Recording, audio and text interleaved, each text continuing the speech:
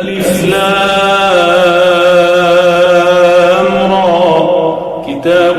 أنزلناه إليك لتخرج الناس من الظلمات إلى النور بإذن ربهم إلى صراط العزيز الحميد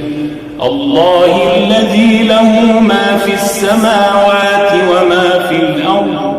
وويل للكافرين من عذاب شديد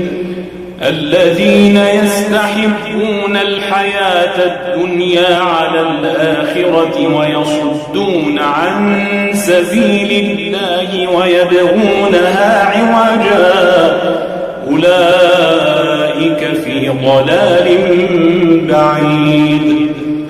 وما أرسلنا من رسول إلا بلسان قومه ليبين لهم فيضل الله من يشاء ويهدي من يشاء وهو العزيز الحكيم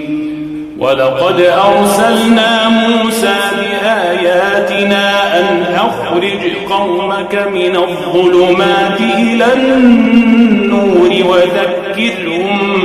بأيام الله إن في ذلك لآيات لكل صبار شكور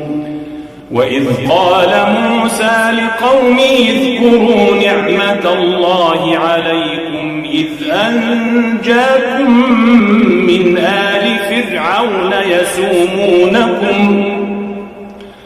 يسومونكم سوء العذاب ويذبحون أبناءكم ويستحيون نساءكم وفي ذلكم بلاء من ربكم عظيم وإذ تأذن ربكم لئن شكرتم لأزيدنكم ولئن كفرتم إن عذابي لشديد وقال موسى إن تكفروا أنتم ومن في الأرض جميعا فإن الله لغني حميد ألم يأتكم نبأ الذين من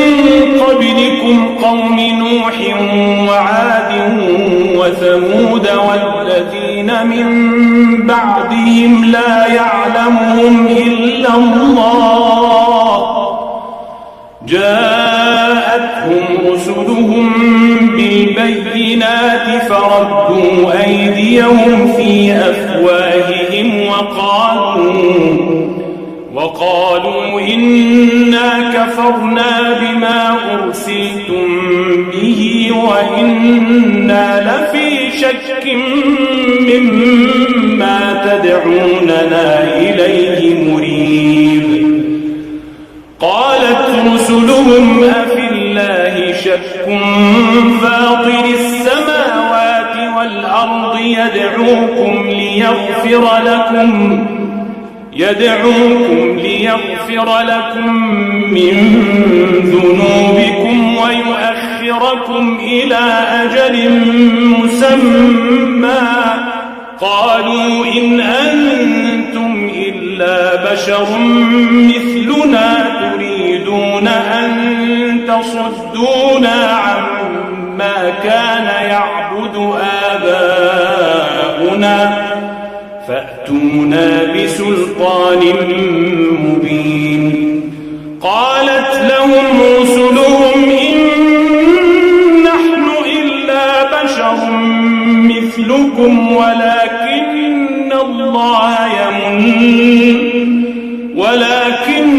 الله يمن على من يشاء من عباده